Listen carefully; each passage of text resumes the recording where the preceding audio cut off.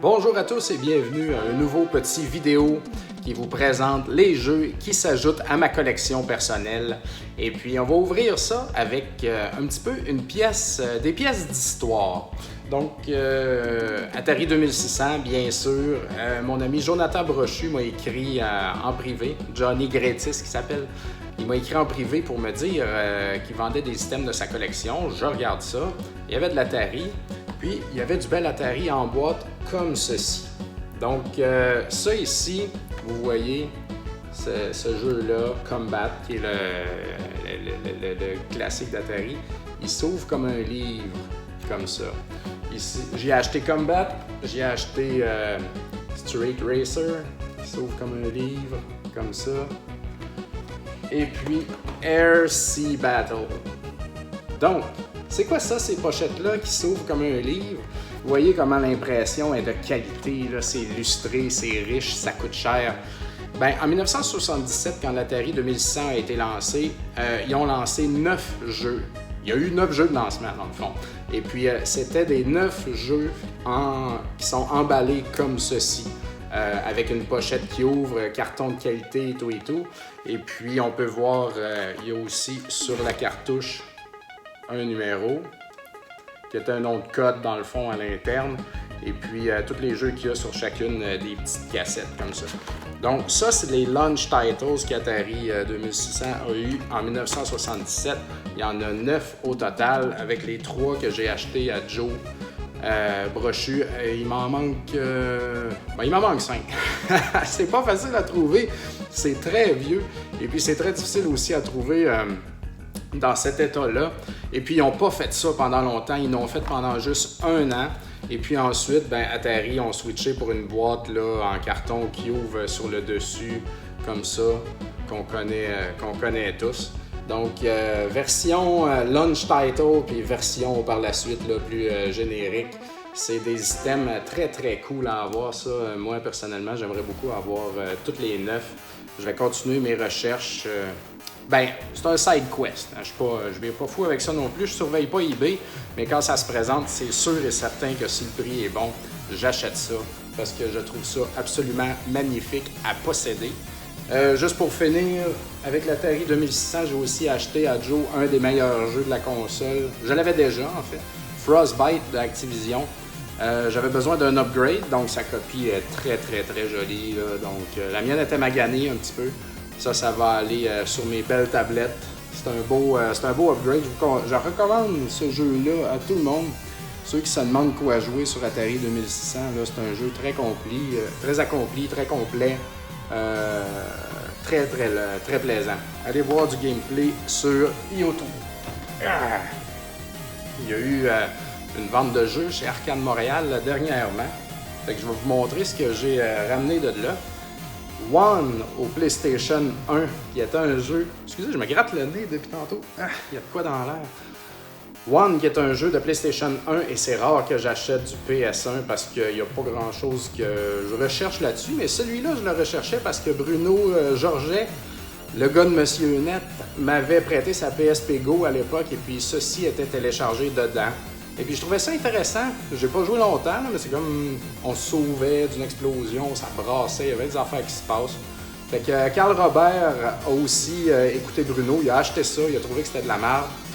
Là, il le revend. Fait que moi, je lui rachète en pensant que Bruno doit avoir raison, que ça doit être bon. On va voir ma PS2. Ma PS2 n'est pas branchée, fait que je peux pas jouer pour l'instant, mais je l'ai dans la collection. C'est ça qui compte pour tout de suite. Lors d'une vidéo précédente, je vous avais montré Elebits sur Wii avec le petit toutou. Bien, j'ai trouvé la version DS à l'arcade et puis cette version-là, la version Wii, c'est comme un Pokémon Snap. J'ai pas joué encore, ça a l'air pourri, mais c'est ça, c'est comme un Pokémon Snap que tu as l'air de chercher les bits un peu partout dans la maison et puis d'essayer de les capturer avec la Wiimote. Celui-ci, par exemple, semble être un genre de dungeon crawler d'aventure, top-down, Pokémon Zelda-esque. Donc, très curieux d'essayer ça. Ça n'a pas une grande valeur, là, je sais, mais quand même. J'ai comme un trip et les bits, moi, là, cette année. C'est à cause de mes enfants. Je me suis pogné Prince of Persia. Comment il s'appelle, non? The Fallen King, c'est ça. Il y a une version PS3 de ça aussi que je cherche tranquillement. Je sais que ça vaut rien et qu'il y a ça partout. Mais je sais pas pourquoi ce Prince of Persia-là, d'un, j'aime les pochettes. De deux, je sais pas, il est louche. Il a de l'air d'avoir un petit quelque chose que j'ai envie d'explorer. Fait que j'ai pogné ça aussi. Pas cher. Je continue dans le PS3 aussi pour jeter mon dévolu sur quelque chose parce que j'ai bien des affaires que j'ai complétées dans ma collection. Fait que je chasse le PS3. Catherine ici, que j'ai jamais joué encore, qui est un... qui est un jeu de cube finalement, qui n'a pas de l'air si sexy que ça. Au final. Mais je trouve ça intéressant d'avoir ça dans la collection quand même. C'est pas un grand jeu. Je crois que d'ailleurs ça l'a floppé assez solide à la sortie. C'était très attendu, mais malgré tout, moi je trouve ça intéressant à posséder ce genre de gogos-là. Ico au PlayStation 2, j'avais déjà Shadow of the Colossus, fait que là je voulais Ico aussi. Tu sais, je jouerai jamais à ça, mais j'ai quand même Final Fantasy VII au PlayStation 1, puis je jouerai jamais non plus. Puis Shadow of the Colossus, j'ai joué 15 minutes, j'ai trouvé ça plate, j'ai laissé faire. Mais j'aime posséder ces affaires-là, je trouve que ça fait un petit peu partie de l'histoire, Ico et Shadow of the Colossus, donc bien content d'avoir ça. J'ai acheté ça à Frédéric Dunn et leur boutique Tepa Game devrait avoir une page Facebook bientôt. Donc très cool guys, je les salue. Et puis il y a un auditeur de Rétro Nouveau qui est venu à la vente juste pour nous saluer. Il n'a même pas acheté de jeu ni rien. Puis pour nous offrir ceci. Ça c'est l'histoire de Nintendo volume 2 sur 3 je pense. Ouais. C'est fait par Pix and Love. Et puis, ce tome-là, il parle des Game & Watch, dans le fond.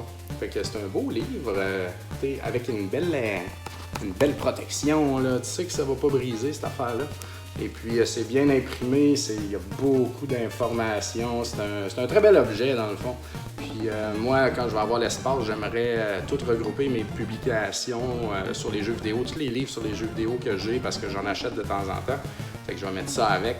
C'est très gentil. Je suis absolument désolé, j'ai oublié ton prénom, mais je sais que ton nom de famille était Thouin, Thouin, mais j'ai oublié ton prénom. Mais merci beaucoup d'être venu nous voir et puis nous avoir donné ça. C'est très apprécié. Pour finir, à la vente à l'arcade, Kevin Boily de retrogamer.ca vendait ses restants. Et puis, il vient de se procurer un beau Mega Man 4 au Game Boy complet dans sa boîte. Fait qu'il y avait la version loose à vendre. Et puis, oups, c'est sale ça, il va falloir que je nettoie ça. Fait que j'y ai acheté. Donc, c'est pas un jeu commun du tout. Ça va chercher dans les 60-70. Il m'a fait un meilleur prix que ça, par exemple. Donc, merci beaucoup, c'est très apprécié. Il me manque juste le 5 qui est comme très rare, très cher, bien sûr. Pas si rare que ça, on en voit de temps en temps. Mais paraît aussi que Kevin est spécialiste Megaman et puis tous les grands fans de Megaman me disent aussi que le 5 au Game Boy est vraiment intéressant parce que c'est le seul qui est unique, il me semble, et le seul pour lequel il y a eu des Robot Masters de développer, donc c'est ça. Mais je vais tous les faire, les Megaman au Game Boy, je suis rendu à faire le 3, bien content d'avoir celui-là. Pour rester dans le Game Boy, vite, trouver un petit Adventure Island comme ça dans un pawn shop. J'ai négocié ça à bon prix. Il était caché là, en dessous d'un Radar Mission. Là, on voyait juste un petit bout dépasser. Fait que j'ai demandé au gars de déterrer ça. Et puis il m'a fait un bon prix. Fait que j'ajoute ça dans ma collection. Je suis pas nécessairement fan de Adventure Island, moi, dans la vie, mais pourquoi pas, tu sais. C'est quand même toujours le fun de les avoir. Puis c'est ça, pendant qu'on était à la vente, je fouillais dans le stock de Rétro Montréal. Et puis, il y a une affaire que j'avais pas vu qu'on avait. Ça, c'est un 110 Games N1. Ça a l'air d'une affaire pirate, là, tout ce qu'il y a de plus standard. Sauf par contre, la cassette est solide, là, tu sais. Quand on regarde en arrière, c'est écrit Supervision. Donc ça, Supervision, c'est écrit en chinois ou en japonais, puis c'est écrit en anglais aussi. Puis, tu sais, il y a un logo, là, c'est legit, là, ça a l'air quasiment... C'est robuste, il y a des vis, tu sais, c'est bien fait, là. C'est plus que bootleg chinois cheap, là. Puis, je sais pas pourquoi, moi, j'aime ça ramasser des affaires bootleg cheap, des affaires bizarres. Puis, les Supervision, je pensais qu'il y avait juste celle-là, en fait. Vous l'avez peut-être vu passer. Elle, il y a combien de jeux, celle-là? Je me rappelle pas. Mais encore une fois, en arrière, Supervision, tout le kit. Donc, il y a de quoi là avec Supervision. Moi, ça me parle, cette affaire-là. C'est du bootleg de qualité, dans le fond. Fait que je pensais qu'il existait juste ça, puis j'ai découvert qu'on avait ça dans notre inventaire. Fait que là, est-ce que je m'enligne vers un kit, là, vers un full set loose de Supervision? Je le sais pas, mais c'est cool à voir ça. J'aime bien. Et puis pour finir, on a acheté un lot de jeux à M. Daniel Gay qui est venu chez moi, dans le fond, qui est parti de très loin. Et puis il avait affaire à Montréal, on s'est entendu. Et puis c'est un membre du CCJVQ depuis 1993, quoique je pense qu'il est moins actif depuis très longtemps parce que je ne l'avais jamais vu. Et puis dans ces choses, j'ai gardé des petites affaires. Premièrement, pour ma future game room, dans mon futur sous-sol, un petit poster classique de Nintendo, bien propre. Je vais trouver une place pour ça. J'aime bien celui avec Rob dessus, puis qu'on voit tous les jeux de même. Ça fait partie de l'enfance. Il y avait beaucoup de jeux Atari. J'avais étrangement pas Star Voyager de Imagic version texte. Ce qui est très bizarre parce que ça vaut rien, c'est commun, il y en a partout. Puis celui-là, précisément, je ne l'avais pas. Fait que, écoute, je l'ai ajouté, il m'en manque juste 2 dans cette série-là. 3 si on compte Atlantis 2 qui vaut des milliers de dollars. Là. Ouais, je sais plus à combien c'est rendu, mais c'est rare comme ça, pas d'allure. Fait que, mais quand même, j'aime ça faire avancer mes petites séries Atari 2600. Et puis, d'autres affaires qu'il y avait, moi j'aime ça aussi, c'est des napperons. 2 beaux gros napperons ici de Super Mario Bros. Super Mario Bros 3. Ça a l'air totalement bootleg ça aussi. Là. Ça n'a pas l'air tant que ça legit, là, mais ça l'est peut-être. Je ne sais pas ça vient de où. Peut-être station-service, Ultramar, ou j'en ai aucune idée. J'aime aussi qu'il y ait un gros vide dans le milieu. Ici, c'est vide partout autour. Là. C'est très drôle. Fait que ça avec, j'aimerais ça mettre dans ma future game room, dans le petit coin bar. Là, ça va être pas mal cool. J'adore ce genre de truc-là. Moi, c'est vintage. Ça, c'est mon époque. Quand je mangeais des céréales, quand j'étais petit, c'était le genre d'affaires qui sortaient puis qui me faisait triper. Fait bien content d'avoir ça. Et puis dans le lot de Daniel, ce qui est très étrange aussi, c'est que malgré qu'il y avait pratiquement pas de NES, là, à part des Mario Duck Hunt et puis une console, il n'y avait rien là. Sauf ceci. Un Mech Kids incroyable. Ceux qui me connaissent et qui écoutent Rétro Nouveau depuis longtemps savent que je considère Mech Kids comme l'un des top jeux au NES. Et puis, facilement dans mon top 10, là, peut-être même dans le top 5, c'est un platformer excellent, avec beaucoup de choses dedans, beaucoup de secrets. La musique est incroyable. J'adore ce jeu-là, c'est de la bonne humeur, c'est bien fait, le gameplay, il est ça coche, tu sais. Seul, il y a 2 défauts. D'un, il n'y a pas de password, fait qu'il faut le faire tout d'un bout, puis c'est quand même très long, donc c'est tannant là, de laisser sa console sur pause. Très décevant à ce niveau-là. Deuxième chose, c'est que dans chaque niveau, il y a plusieurs petites cartes qu'on peut trouver. Puis ça aurait été le fun de savoir, mettons, dans le niveau 6A, 6.1, j'ai trouvé toutes les cartes, t'sais, ou ben parce qu'à la fin, il te manque peut-être des cartes, puis tu sais plus où aller, là. Donc là, il faut tout que tu notes qu'est-ce que tu as ramassé où pour pas être fourré à la fin, donc ça, c'est un peu tannant. Mais si on pouvait réparer ces 2 bugs-là, là, je vous le dis, top 3 des meilleurs jeux NES, selon Papa Cassette, bien sûr, toujours. Mais c'est ça. Donc, bien sûr, moi, les jeux de NES que j'aime de tout mon cœur, je veux les avoir complets. Malheureusement, celui-ci n'a pas le livret, mais il y a tous les inserts dedans, les posters, tous ces gogos-là.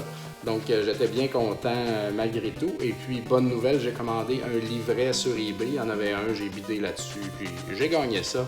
Donc, je vais compléter ma copie. Il y a un petit jaunasse ici là, de vieux tape là, qui me déplaît un peu, par exemple, parce que ça arrive dans le blanc, mais je vais sûrement updater ça un jour si je tombe sur une plus belle copie, puis je revendrai celle-là, je sais pas. Mais l'important, c'est de l'avoir présentement, puis ça me remplit de bonheur. Donc voilà, c'est déjà tout. Je m'en vais sur la route en fin de semaine prochaine. Pour ceux qui écoutent la vidéo aujourd'hui, parce que je l'ai publié aujourd'hui, on va aller faire un arrêt au GameX à Saint-Jérôme, aller voir notre ami Danny Moquin, le propriétaire, parce qu'on part toute la fin de semaine dans un chalet à Tremblant, faire un gros party de gaming, 30 personnes, comme on fait à chaque année. Et puis on arrête toujours au GameX à chaque année pour acheter des jeux à Danny, faire des vidéos, tout ça. Donc regardez ma page, je vais peut-être faire un petit live, les Power Chasers aussi, parce qu'ils sont tous là-dedans. Ça va être bien le fun. Fait que suivez la page Facebook de Papa Cassette pour tous les développements.